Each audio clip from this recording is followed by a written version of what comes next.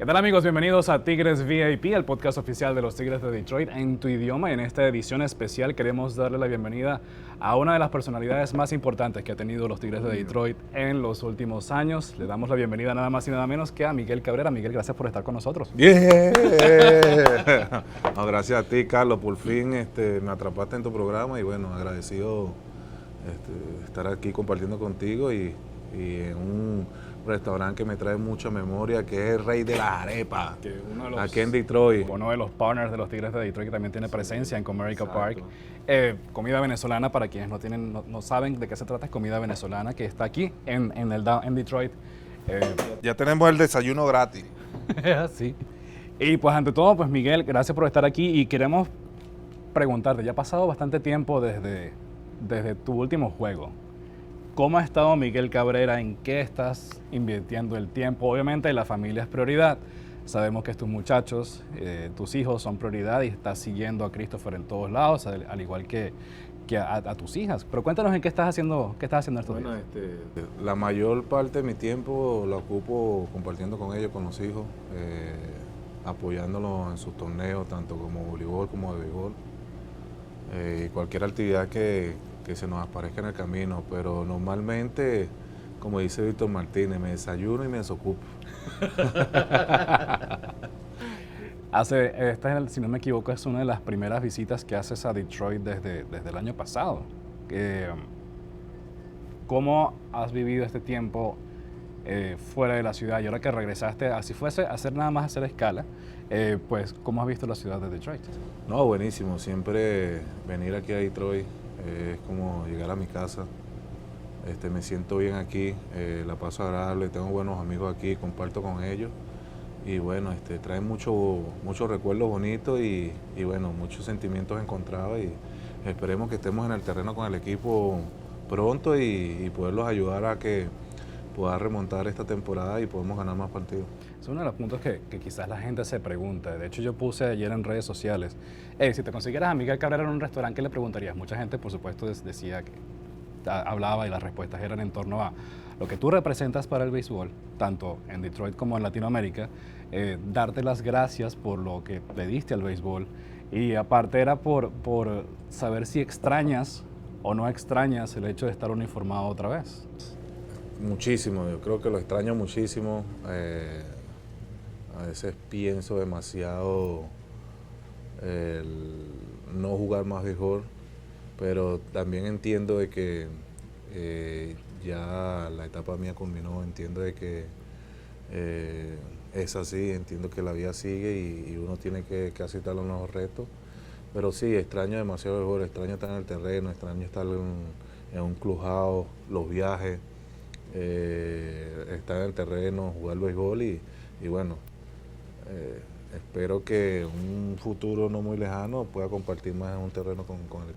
La razón que tú diste para anunciar tu retiro oficialmente recuerdo que fue en diciembre del 2022, previo a la gala de la Fundación Miguel Cabrera de ese año, en la que anunciaste que pues, el año siguiente, el 2023, iba a ser el año de tu retiro y te preguntaban las causas y tú decías que obviamente la razón principal era la molestia en tu rodilla derecha, que de resto tú quieres y tenías la voluntad de jugar, pero lamentablemente la rodilla no te dejaba.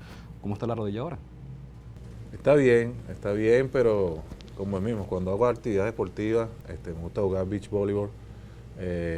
Cuando jugamos un torneo que prácticamente se juegan de 7 a 10 juegos un mismo día, al siguiente día es cuando pasa factura y es cuando digo que fue bueno que me retiré, porque eso lo vivía a diario cuando estaba en el equipo de Detroit, vivía esa molestia constante, ese dolor constante. Y bueno, eso fue una de las grandes frustraciones que tuve durante toda mi carrera, jugar con esos dolores y bueno, aguantarlo. Quizás el punto, la razón principal pues, con la que tus últimos años de carrera fueron más difíciles fue precisamente por ese molestia en la rodilla, pero estuviste jugando todos los días, estuviste uniformado, peleabas para que no te pusieran en la lista de incapacitados después de ese primer diagnóstico y te veíamos como todos los días, llegando temprano al estadio, trabajando fuerte y saliendo a jugar como siempre, como si estuviese completamente sano. Pero detrás de bastidores esa molestia estaba presente siempre allí. Hace unas semanas estuvimos en Atlanta jugando contra los Bravos y yo recuerdo mi primer año con los Tigres de Detroit fue ese 2019 y esta es una infidencia que para nuestra audiencia, estando en el clubhouse de visitantes de los Bravos, yo entro directo al comedor, tú estabas sentado en una mesa solo después de haber recibido el diagnóstico definitivo y yo me acerco a ti y te pregunto, ¿qué pasó? Entonces es cuando tú me cuentas, no puedo más con la rodilla, fui a los médicos y me acaban de diagnosticar esto y va a ser difícil seguir. ¿Cómo fue ese día o ese momento para ti? Porque, como de nuevo, sabemos que tú siempre has querido jugar y estar presente, pero la rodilla te dijo, mira, vamos a parar. Fue algo que me dejó en shock porque fui a que me la chequearan y el primer diagnóstico era que iba a perder el año. Y eso fue como un golpe duro, donde al momento fue difícil dirigirlo.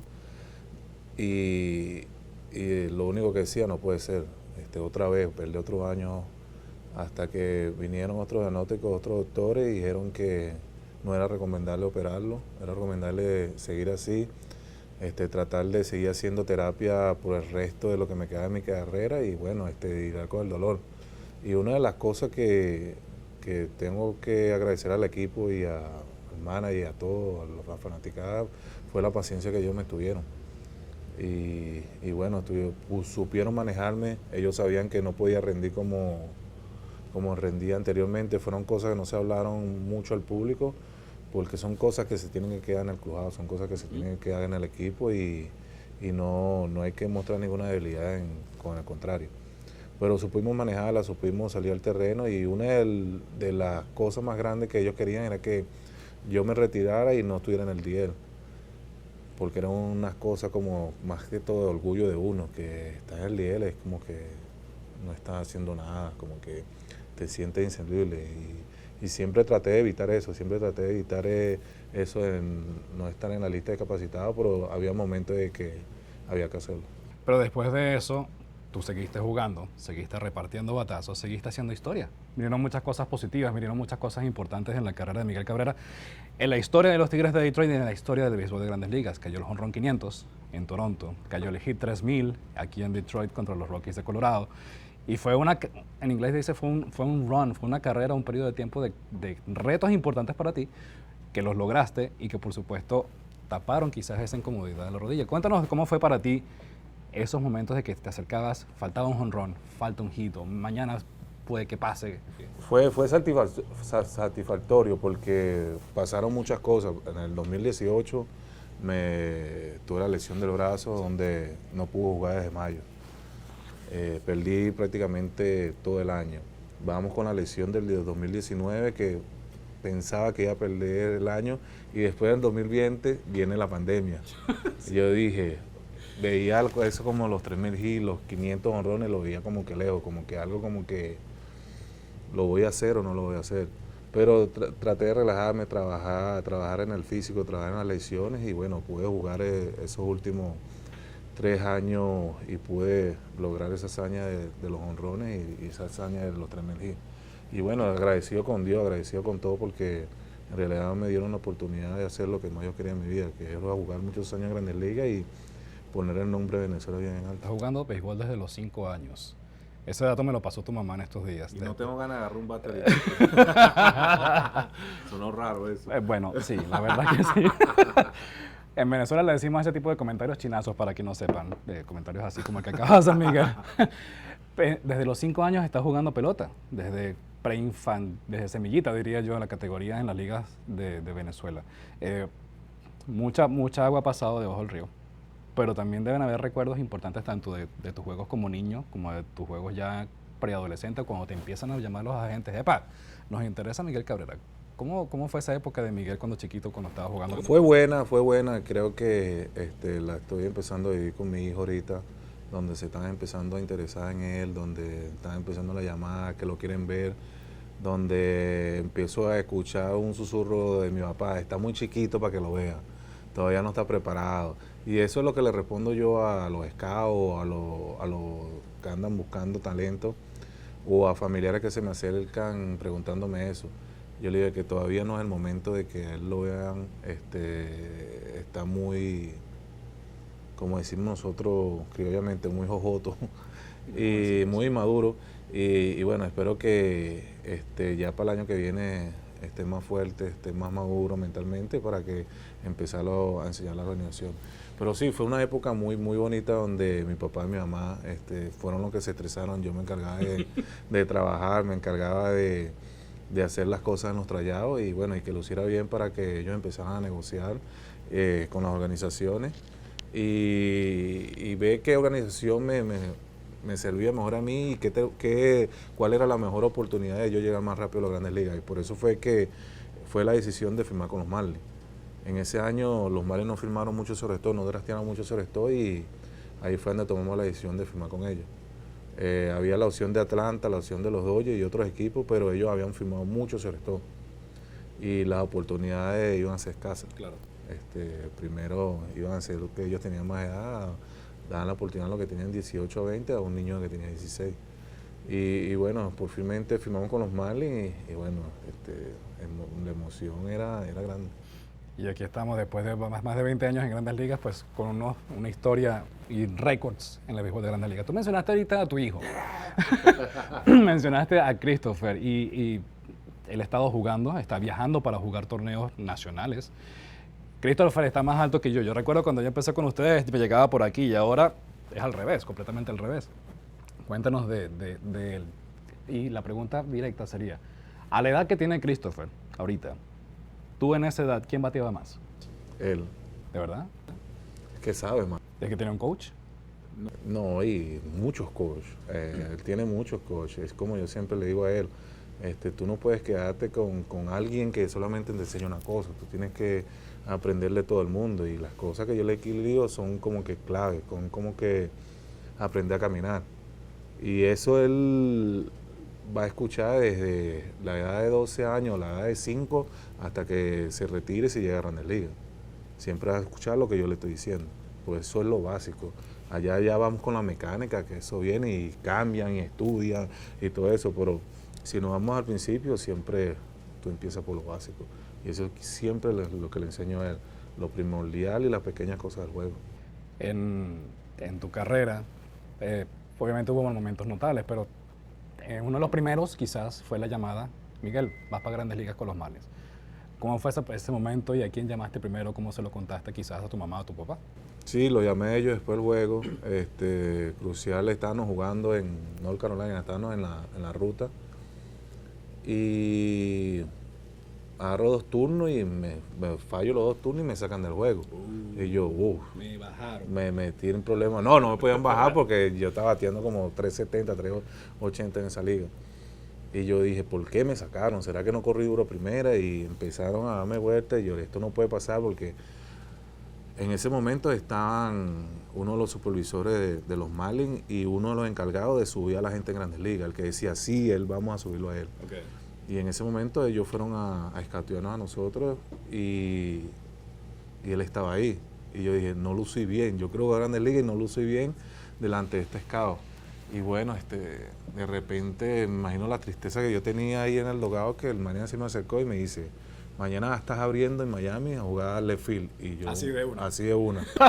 Yo creo que empezó a llover, el juego lo cancelaron por lluvia, porque antes o ahora en ligas menores los clubhouse no están detrás y el dogado. Tienes que pasar todo el... Por terreno, sí. A mí no me importé, yo me mojé, caminé, yo quería arreglar mi maleta y irme. Y bueno, sí, pude llamar a mi papá y mi mamá. En ese entonces mi esposa estaba conmigo. Ella fue la primera que se enteró. Yo le hacía señas. Ella no entendía qué es lo que le estaba diciendo. Me subieron. Y bueno, fue emocionante. Y bueno, gracias a Dios pude tener una buena carrera por muchos años. Y con suerte, digo yo, gané una Serie Mundial ese primer año. Totalmente. Y haciendo historia, por supuesto. Sí, creía que iba a ganar Serie Mundial todos los años después. Por supuesto. Es demasiado difícil. ¿Cómo es esa experiencia? Hasta ahora en Detroit, desde el 84, no ganamos una Serie Mundial. Hemos ido.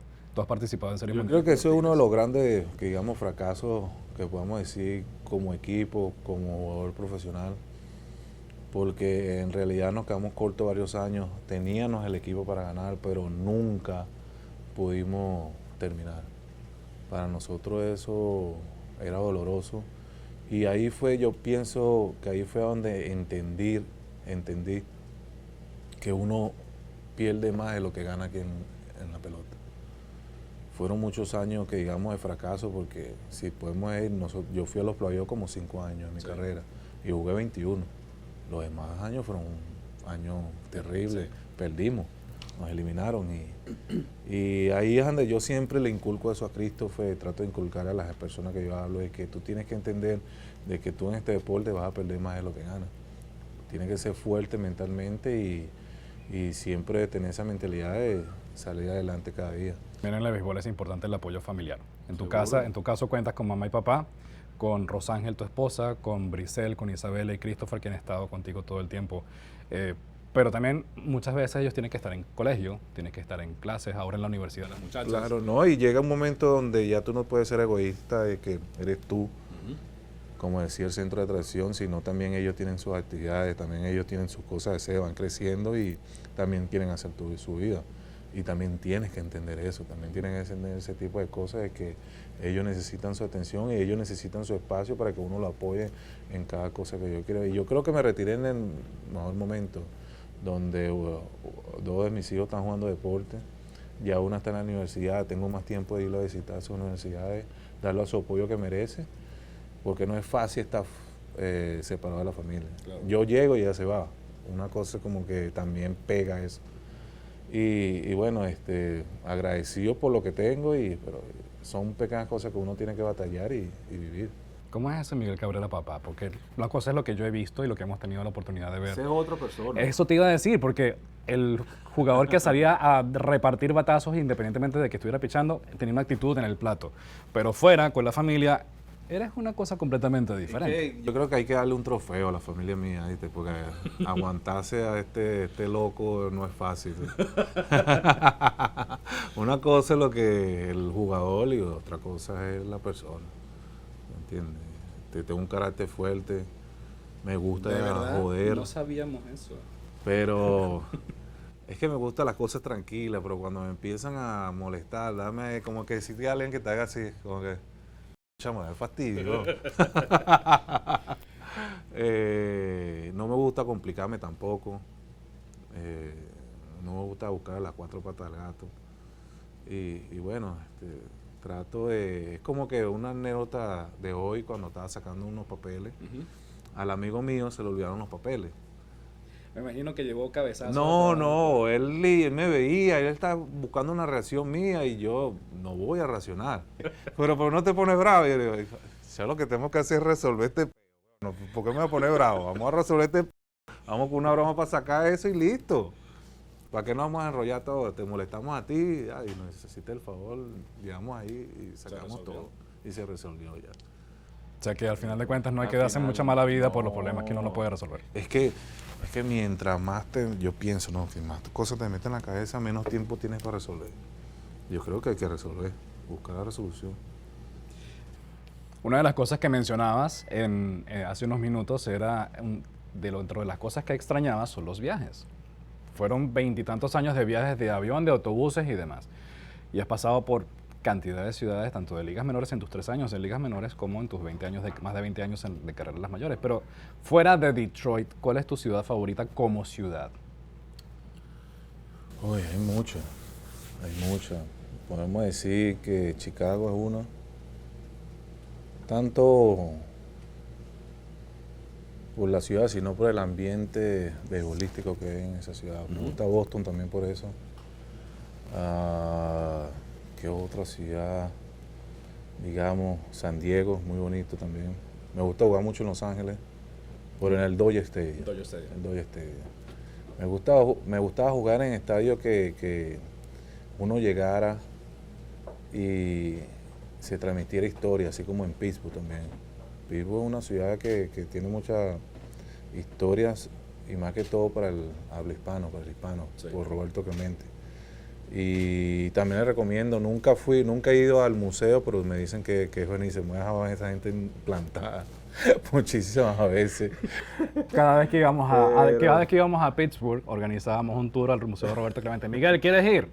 Pregúnteme si me respondió alguna vez. Sí, yo decía que sí, pero el problema era levantarme a las 9, 10 de la mañana. Me gustaba dormir cuando jugaba pelota también. Es algo que yo siempre digo que el descanso es muy importante para el atleta. Muchos de mis compañeros optaban por caminar y esto, lo otro, pero no, yo siempre preparado por la misma misión. Yo estoy aquí por un propósito, ir a jugar pelota, no para estar de mochilero, ni visitando museos, ni paseando. Era una de las cosas que yo siempre pensaba. Y bueno, eso es lo que extraño, eso, estar en esos estadios emblemáticos y bueno, y también extraño mis últimos años es que vi mucha fanaticada venezolana en los estadios. Donde quiera que iba, había, y eso me recordaba la época de Andrés Galarraga. Siempre veía esos videos y siempre veía una bandera donde él estaba jugando y yo, wow, quisiera vivir eso algún momento y gracias a Dios me dio la oportunidad de vivirlo. Pues. En que cada estadio yo veía una bandera de Venezuela y bueno, eso era increíble. Yo veía el año, sobre todo en el 2023, el año de tu retiro, en la gira, en el tour de despedida de Miguel Cabrera, yo veía banderas de Venezuela, gorras de Venezuela o referentes a Venezuela, pero muchísimas camisas de Miguel Cabrera. Independientemente de que estuviésemos en Seattle o en Cincinnati, habían camisas de Miguel Cabrera y de personas venezolanas, también como estadounidenses. Y yo decía, qué bonito la admiración que sienten por Miguel, de nuestros paisanos como de la gente que admira el deporte y te admira a ti como jugador. Bueno, yo tengo una anécdota de los fanáticas de Detroit. Yo digo que cuando jugábamos afuera teníamos más fanáticos de los que venían aquí al estadio. Y lo digo de la época que llegué aquí, del 2008, cuando yo jugaba con Poch, con Iván Rodríguez, con Mario, con Carlos, con Sheffield, con todos ellos, porque cuando íbamos a un juego de ruta era como que si estuvieran jugando en casa. Y desde ahí yo creo que empecé a sentir ese sentimiento con la fanaticada de Detroit porque yo digo que son muy fieles a nosotros, fueron muy fieles a nosotros y lo siguen siendo, independientemente de todos estos años que nosotros no hemos ido a los playoffs, hemos tenido muchas temporadas perdedoras, pero al igual ellos vienen y nos siguen apoyando, que yo creo que es un incentivo que se le da no solamente al equipo, sino a la ciudad de que estamos pasando por un momento, pero estamos ahí. Sí. Y yo creo que eso es muy bonito. Un buen mensaje. Viendo videos de las series mundiales en que ustedes participaron con los Tigres, el ambiente en Comerica Park era de otro planeta. O sea, era escándalo y ruido desde el primer picheo hasta después del último out, presión para el equipo contrario, apoyo ante ustedes, ante cada batazo de hit de ustedes y demás. Fue una época en la que se pudo quizás sentir que todo Detroit estaba parado para apoyarlos a ustedes. Sí, fue algo increíble y como te digo, algo a la misma vez nosotros mismos salimos decepcionados por no darle un título. Pero aparte de eso, sí leímos muchos momentos bonitos, leímos momentos que pueden y van a estar escritos en la historia de béisbol y bueno, yo creo que ese equipo, mucho con el favor de Dios, van a estar en el Salón de la Fama. Hablando del Salón de la Fama, en agosto Jim Leyland va a ser intronizado, como es la palabra, como se dice, o va a ser exaltado al Salón de la Fama. ¿Cómo?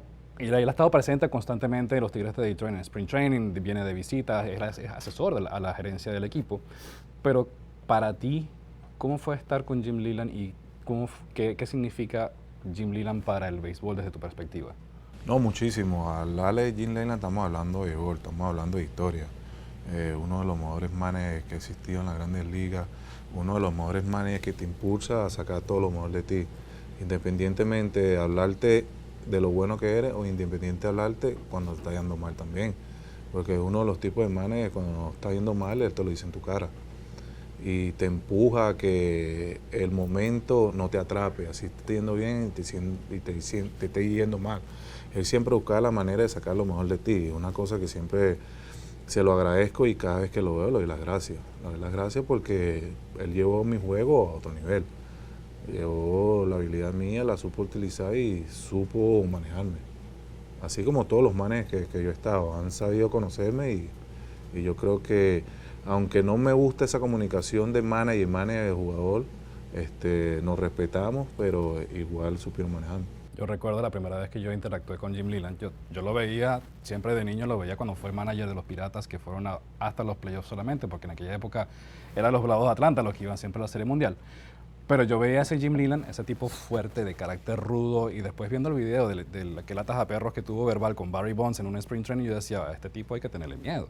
Pero mi primera interacción con él fue en un estadio, estábamos de visita y él estaba presente, y yo estoy con un grupo de colegas de la oficina, y él se me acerca y me dice, ¿y tú quién eres? ¿Tú qué haces? Yo, por supuesto, me quedé así como que, y le digo, bueno, yo hago comunicaciones, también soy el traductor del equipo, de lo que hacía en aquella época. Pero después lo fui conociendo mejor, y ese tipo rudo que se veía inteligente, hábil, ese zorro viejo que estaba en el terreno, es una persona completamente diferente fuera. Es un tipo súper tranquilo, amable, respetuoso, que de verdad da gusto sentarse a escucharlo hablar de pelota, pero es completamente diferente a lo que Es vimos. de mecha corta. También. Es de mecha Pero corta. se ve de lo más tranquilo. Él es tranquilo, pero cuando como te digo, es que a lo mejor tenemos la misma personalidad, nos pigan así y ahí es donde reaccionamos.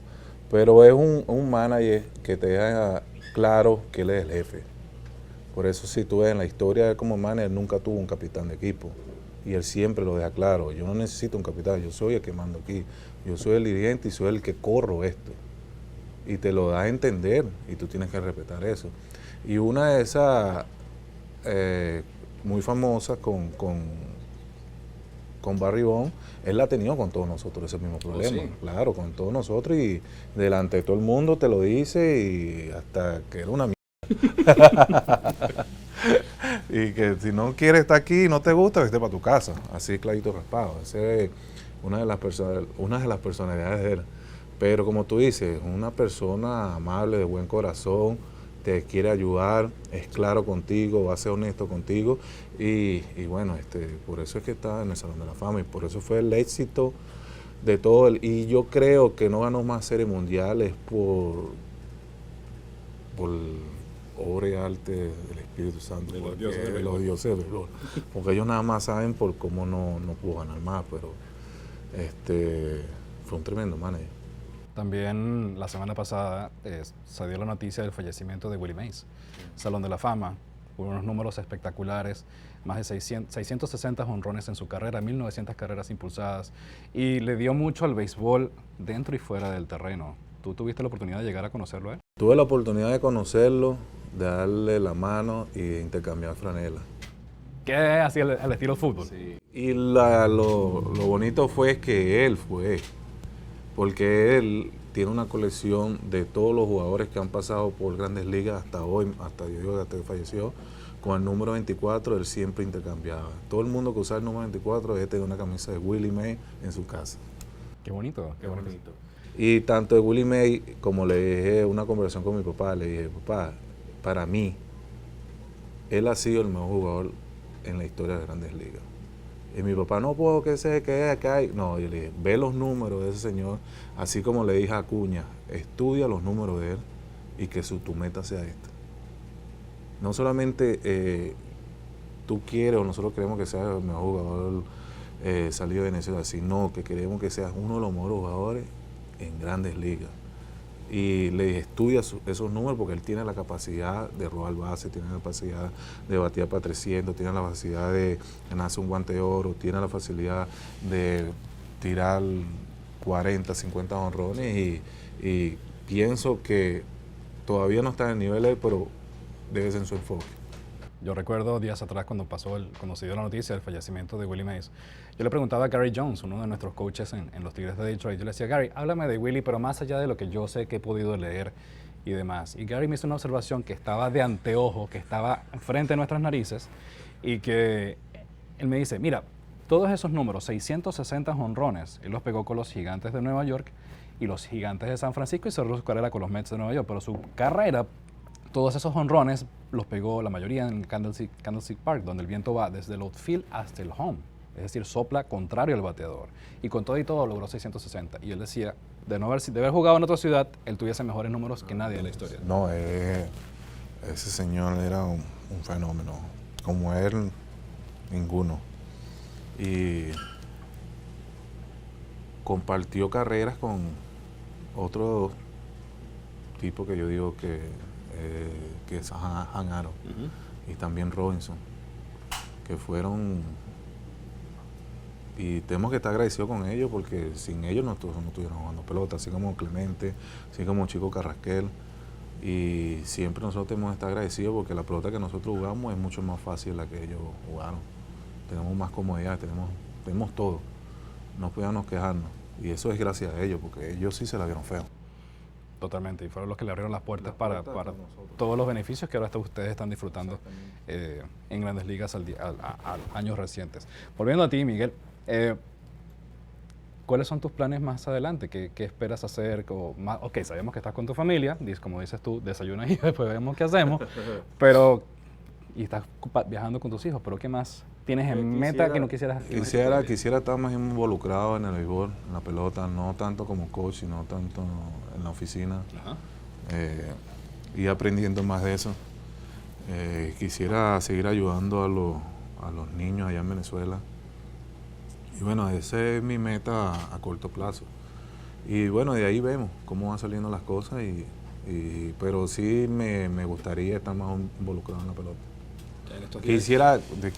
Quisiera estar más tranquilo, en este año quiero estar más tranquilo, no quiero tener mucha responsabilidad con eso, pero yo creo que es hora de ir haciendo planes para ser más partícipe en ese tipo de cosas y yo pienso que el equipo, una de las cosas buenas es que el equipo está abierto a eso, yo tengo la disponibilidad como que quiero hacerlo y bueno, esperemos que podamos arreglar algo y tener más participación en muchas cosas. Este año estaba hablando con José Altuve de los Astros de Houston y yo le decía, José, ¿tú has visto la cantidad de muchachitos de Venezuela que están jugando ahora en Grandes Ligas? Hay muchos nombres que yo todavía no conozco y que tengo que empezar a estudiar pensando en el Clásico Mundial 2025. Y él me decía, es impresionante, ahora cada quien va a tener que pelearse el puesto en el roster. En caso hipotético, que el manager te llame, Miguel, te necesito como coach, como mentor, como lo que sea, ¿qué responderías? Sí, siempre disponible para la selección, nunca no. Sí, claro que sí, estaría dispuesto a participar con ellos, ayudarlos, a contarles la experiencia y lo malo que nosotros hicimos en otros clásicos y que ellos no cometan los mismos errores que nosotros, que vengan mejor preparados. Yo creo que la preparación es muy importante porque si te pones a ver los que han ganado los clásicos es porque se han preparado. Y mejor como se prepara Japón, no tenemos otro ejemplo. Difícil, sí. Ellos se preparan, ellos concentran a sus jugadores. Dominicana cuando jugó, ellos se prepararon, ellos se concentraron en Dominicana, ellos se planificaron, se planearon, hicieron todo y tuvieron éxito. Estados Unidos hizo lo mismo. Ese año que fueron los jugadores, ellos se prepararon para ganar un clásico porque ellos querían ganar. Y yo creo que Venezuela tiene que ir con esa misma mentalidad y bueno, ya sabemos que tenemos talento de sobra. Lo que tiene que haber la disposición de todo. Tienen que ir todos. No es que no va no me permitieron y no. Ahí nosotros nos tenemos que quitar, que no me importa y tenemos que representar a Venezuela. Y eso ha sido el gran problema de nosotros, es que han habido muchos jugadores claves que no han ido. Tenemos que llevar todo el arsenal, siempre, a competir. Yo recuerdo en 2023, tuve la oportunidad de estar con el equipo de Venezuela en el Clásico Mundial de Béisbol. Y recuerdo, una cosa fueron los 2 juegos de exhibición más los 2 días de práctica que tuvimos en Florida. No es suficiente. Falta. Pero a pesar de que ustedes ya venían de Spring Training. O sea, ya venían. Pero no es lo mismo. Bueno, y recuerdo, llegando al primer día, al primer juego, en Marlins Park, yo me voy en el autobús, me bajo siempre de último, a pesar de que tú me peleabas, de que tú siempre bajabas de último. Yo me bajo de último, o los dejo avanzar a todos ustedes. Me bajo siempre de último en el autobús, no, él agarró la mañana, dice de último en Detroit, en todos lados. Carlos, yo me bajo de último, eso es como algo de, ¿cómo se dice? Tu marca.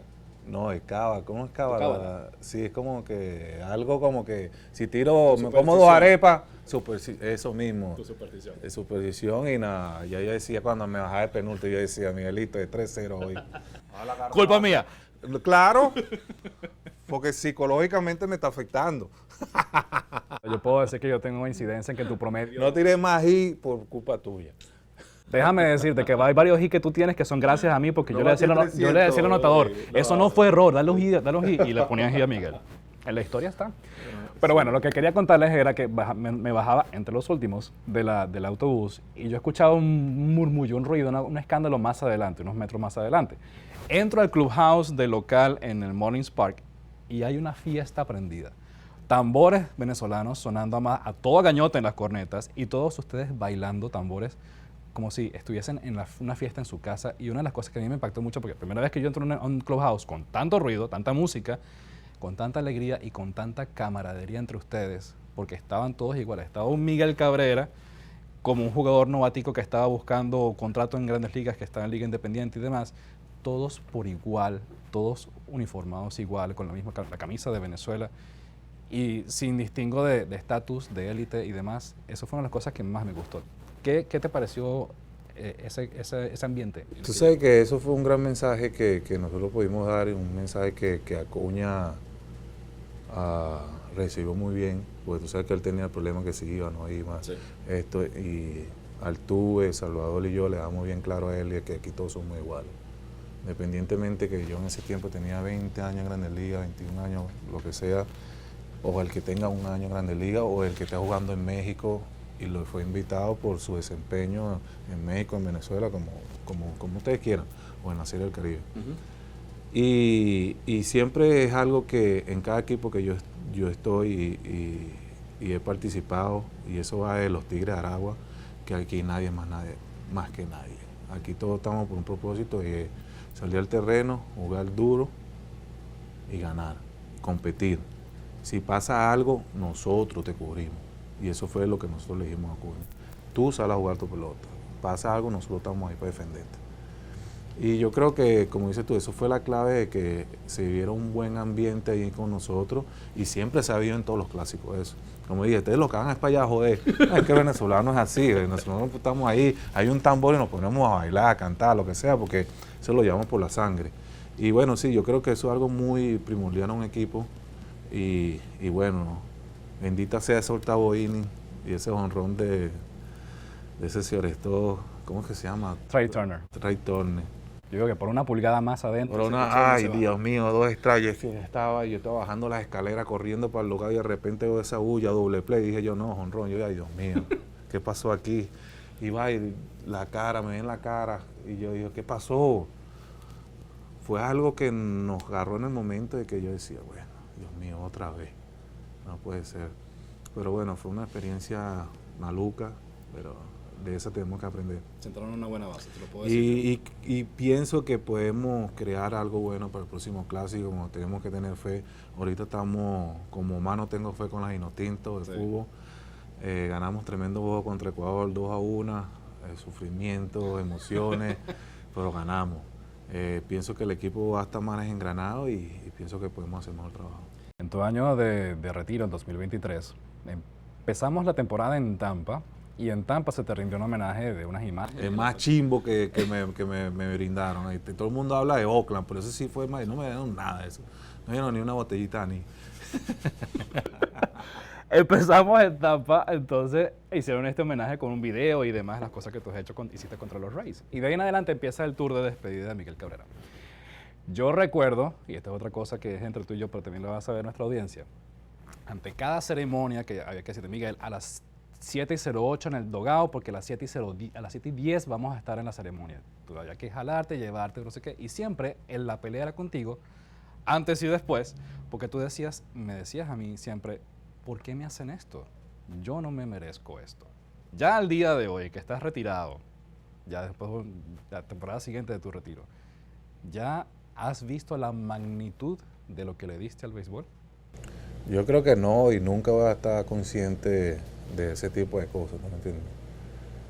Y a veces lo pienso y a veces no me veo como ese jugador élite, como de que le hagan ese tipo de cosas, pero como dije, agradecido por esos grandes homenajes que me hicieron, agradecido y la emoción era grande cada vez, sentía pena también, me avergonzaba de estar ahí en otro estadio, pero muchos jugadores élite, muchos jugadores que están en el Hall de la Fama, dice, cuando el público contrario te aplaude es porque eres algo especial y bueno, Y eso me pasó mucho en mi carrera. Y jugando en playoffs también. Me acuerdo una vez en Texas, perdimos ese juego número 6 contra ellos, pero me acuerdo que me aplaudieron, porque di 2 honrones ese día, no lo pudieron sacar de out. Y que el público fanático te haga eso, te reconozca lo que tú eres, eso uno se lo lleva muy adentro. Aparte de que te regalen algo. Yo creo que el fanático es algo muy importante en tu carrera y algo que tú le tienes que dar su respeto. Y tú no te has cansado, tú le has dado mucho a la fanaticada dentro y fuera del terreno. Una de las cosas que yo más admiro de ti es tu capacidad para hacer la misma firma 7 millones de veces al año. Eso es práctico. Yo nunca pensé en mi vida que iba a hacer dinero tan fácil poniendo mi nombre. Y lo peor es que la firma le queda igualita. Yo digo, es que yo hice método Palme. ¿Tú no hiciste método Palme? Claro que lo hice. Yo lo hice 4 veces y te castigo. Más nunca. A ti no como 4 veces lo hice de castigo. Me castigaron. ¡Pam! Toma. Y lo hice. Y pues muchos regalos, muchos souvenirs que tiene la fanaticada gracias a eso, ¿no? Y también quería consultarte sobre la temporada pasada, tus últimos juegos, tus últimos 3 juegos, hubo más de 40,000 personas, seguro, en Comerica Park para tu serie de despedida. No se sabía qué ibas a hacer en tu último juego, cómo ibas a hacer tu último turno quizás, o cómo ibas a ser despedido del terreno, si es que ibas a estar en el terreno. Y en definitiva, el manager te dice, Miguel, primera base. Sale esa primera base y el estadio se viene abajo, en aplausos. Estábamos en el corte de la transmisión de radio en español. Yo decía, vénganse conmigo que Miguel acaba de entrar al terreno. Y una vez que vinimos al aire, pues anunciamos eso y por supuesto sabíamos que ya estábamos en el 9º inning y ya faltaba poquito para disfrutarte a ti. Déjame que tengo que chequear el juego de mi hijo. Dale. Dale, sigue hablando. Bueno, entonces sale Miguel Cabrera a jugar primera base. ¿Y cómo va? Estamos ganando 3-2. Estamos ganando 3-2.